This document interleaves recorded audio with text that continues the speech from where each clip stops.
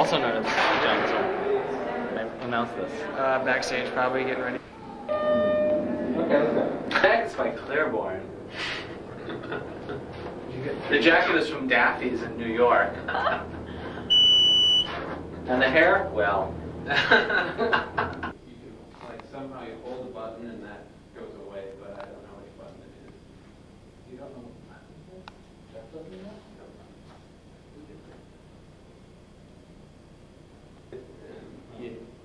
He had a problem with this. It's something really simple. Yeah. Like a box. Bob? Time is money. It's like a section from a longer work, and we worked really hard on it, but it could be, it's supposed to be a lot longer. This is just a abbreviated section of it, and I don't know, it's really good though, I think. What is it?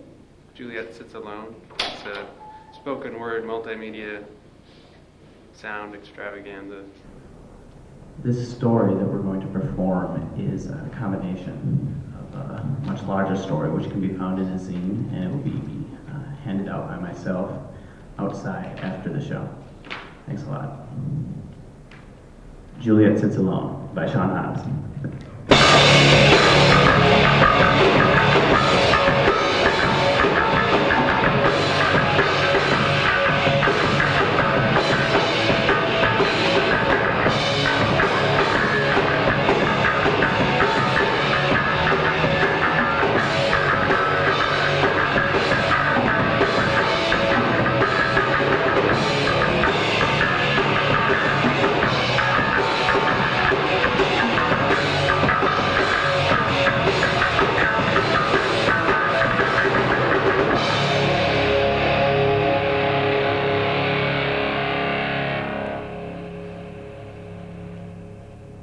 The depth of her skin's whiteness is the jumping aspect.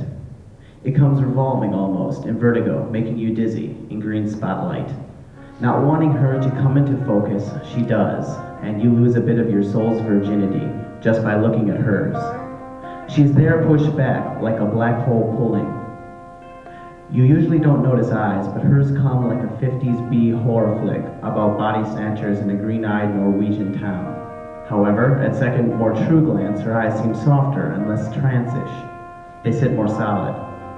But then they shift back to the Lutheran acid green zombie feel, like the angling of a three-dimensional Saturday morning Super Friends card at the bottom of an early 80s Cracker Jack box.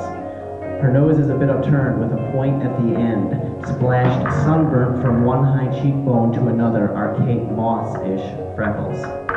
The lips are a deep red to match her hair, which is long and very straight. She wears a green short-cut dress with stockings and black platform shoes. She smiles at you all flawed, and it's a perfect smile for this now, for this imperfect perfection. A pause comes out of your throat, and you know Nathan feels it. He looks up from his base, wondering what is wrong. You see Nathan's look and blink a few times, a heartbeat, shocked by this girl standing in the front a few feet away. After all, you must do something. You swing, carrying the microphone, and it stands with you, away, far away from her. You want nothing. You do not want to be close to her now. You go to safety and Nathan and slam the stand down between the two of you, and he smiles, knowing what is coming. And you both shout lyrics into the stand, sun rising Greek in her eyes. Far back, the drums go too fast into a whirl, and the guitar comes mellowed with Nathan's bass and head pumping, adding a lessonment. Then a pause, and it's your turn for the big line, the big one for all. Holes, let a man know, let a man know. A sudden pause, then it's all like a shipwrecked movie. The gangplank no longer necessary because we're gonna fall into that seething ocean, and our heartbeats will be something that rings over this mother, over earth, like an echoey green from the waves. You and Nathan shout together, hit me today, like that hole in the heart. A man knows that much looking at her rising out of Sinai's commandments. There is power here. You feel that you have flooded yourself and everyone around you with painted red life. At this moment, there is nothing more you could do. You are shouting at the top of your lungs, an ocean drowning from your angry teeth, and they are all around you, and for some odd hedonistic reason, you produce this thing and they love it. The humans love it. Men stand in the front row, chest solid and flat, with pelvises thrust outward and raw, like a row of dogs lined in a Nazi war movie, sniffing, their dicks pricked up toward the shining basement band. A few exposed light bulbs are lit against cement. Red and green, and the boys stare out of rimmed glasses and close-cut hair. They all seem a bit empty at this moment. You jump over with the microphone and hug one of them seductively, and he puts his arms around you, and you smile. The song ends. Your set is over. You push off him. There's a lot of cheering. You're breathing heavily into the microphone, and she comes back into your mind. A lot of hand clapping. Thank you. What is it with these guys? You point to the men in the front row. These guys, they all stand out here bobbing away. There is some laughter. You're always funny. Man, they're like big tough samurai toys. Why do you guys stand so big and strong and manlike? That's what I want to know. For you, baby, so you'll touch us. Yeah, you say all deep, then you laugh. Other people smile too. Cool. You still feel tired. All right. Thanks a lot for showing up. Stay tuned. The loner is next. The normal lights in the basement come on and things become social. Everyone is moving. When you look over for her, she is gone. The crowd is shuffling to get out of the hot basement. They all want to move quickly. Some of the college lushes in the house are already thinking of beer bottles. So are you. From your kitchen, you can see her walking on the front porch. You watch her move under street light. Your throat goes dry. You stand off your stool and walk toward her, leaving your band members and your friends behind, drinking and laughing. Outside, the air is cool. Full August trees rustle in night vapors. Hi, you say. Hi, my name is Juliette. Joe. My name is Joe. Juliette. Wow, is that really your name? Juliette nods, looking at you. You ask, so, do you go to the university? Yeah, she says, her eyes tracing around you. I haven't seen you. A pause. So what do you do? Interior design, she says, clicking her tongue together. You want to be a designer? Maybe. I want to live in New York. Why New York? It's a place where people live like everything. Her face becomes round and rosy with the possibilities. It has an appeal to me. You can't explain. A little, but not right now. And what do? You want to be with her. After talking for 45 minutes, you ask her to go on a walk, and she says yes. Blocks away, next to a swollen river, you sit where the wind hits direct and blows mosquitoes from your blood and skin. Tree branches dangle, fluttering green treats near your faces, and your faces are very close.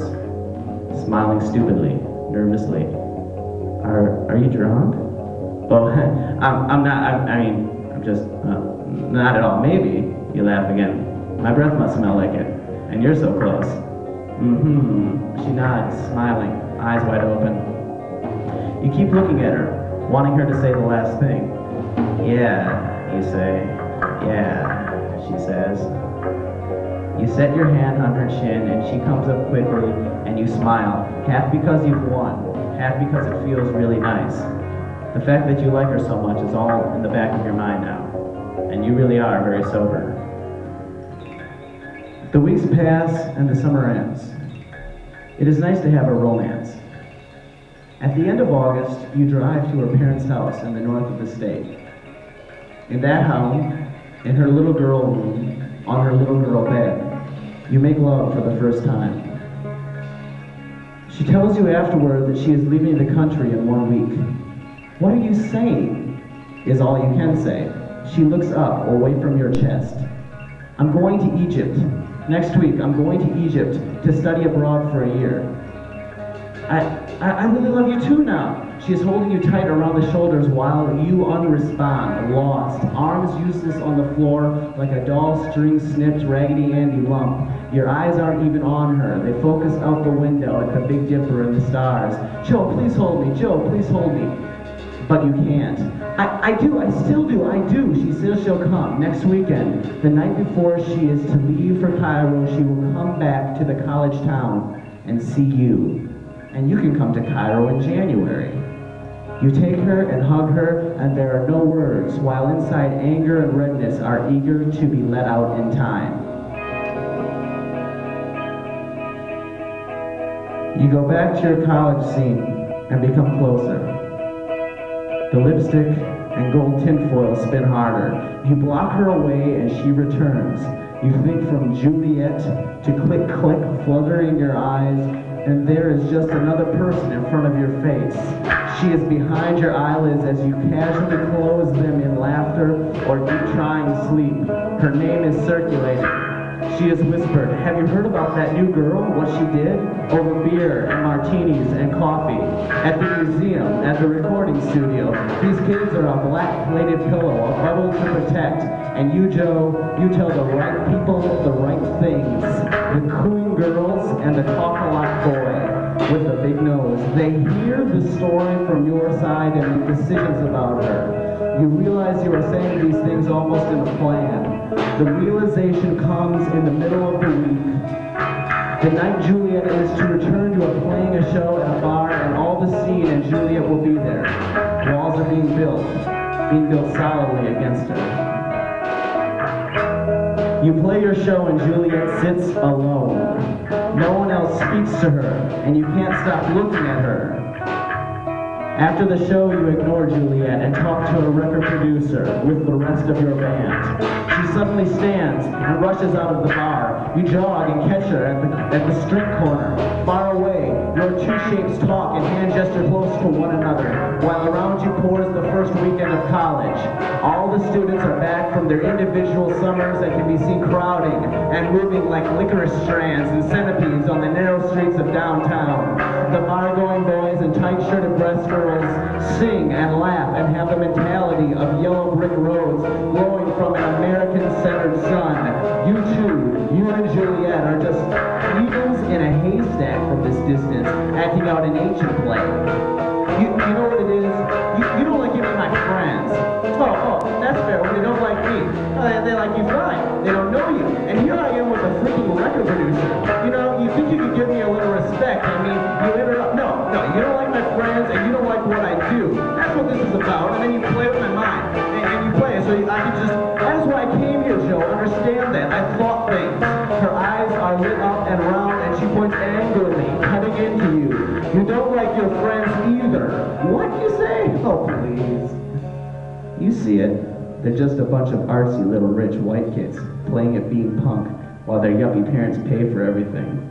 What do you think I was, Joe? That? What is inside that bar? That thing? I can't be Joe. Now everything is calm. She is in control. I know I hurt you, and maybe I wouldn't have decided to go to Egypt if I had met you 6 months ago. But I'm going now. I'm going. Tomorrow at 11, my plane leaves from O'Hare. Juliette. You laugh. It's such a nice name you have. I want to go with you, but you look into her eyes. You touch her face. Juliette, you're really going off, huh? You're leaving. It seems so random. I thought I was going to see you every day for the next. Come here. Can feel her crying. I have to work some stuff out in my life.